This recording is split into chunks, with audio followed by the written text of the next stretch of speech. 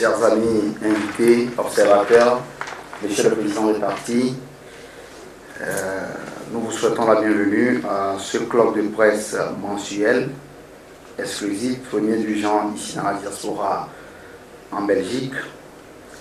Nous recevons aujourd'hui pour la première édition Monsieur Tif Pierre Mila Assouté. Donc nous allons avec les confrères ici présents, Monsieur Hugues Semon de Camer.be, Raouf Oumarou de W3-com.com et moi-même, Yves Lodonou de Radio Campus sous la voix Palabre, vous soumettre à cette tâche difficile, celle qui permet de soutirer auprès de l'homme politique que vous êtes, peut-être futur candidat aux échéances présidentielles 2011, de nous dire ici, devant les auditeurs, devant les observateurs, votre programme politique, votre vision de l'actualité nationale, internationale et toute question relative au développement du continent africain. Il y a plusieurs types de sécurité.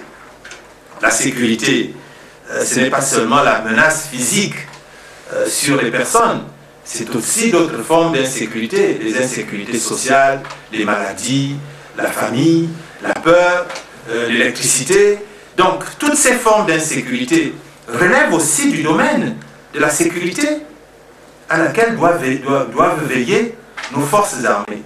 Donc, il y a véritablement au Cameroun une insécurité, et je ne suis même pas sûr qu'elle ne touche pas le milieu de la présidence de la République, parce que c'est tout le temps qu'une psychose s'empare du milieu présidentiel, où on a même parfois appris que le président est passé par des corridors à l'aéroport dans son propre pays. Donc ça veut dire qu'il y a une véritable insécurité dans notre pays, et je l'ai déjà dit, que notre armée s'est spécialisée dans d'autres activités, où on rançonne les populations. Je constate une certaine activité ces derniers jours du délégué général de la Sûreté qui, en saisissant quelques passeports de faussaires, est très content. Moi aussi sans doute.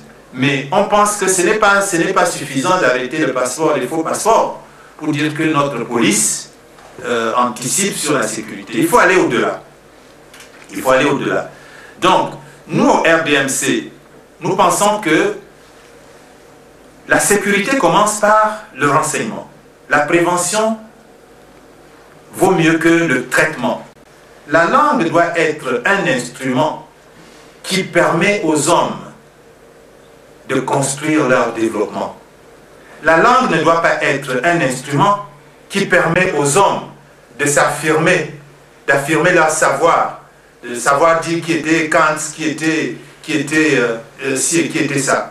La langue, nous devons nous servir de l'anglais et du français. Et il faut d'ailleurs approfondir les deux pour que dans les échanges internationaux dont nos pays ont besoin, que nous ayons des citoyens capables de faire des missions prométhéennes, d'aller chercher et de ramener pour le développement local.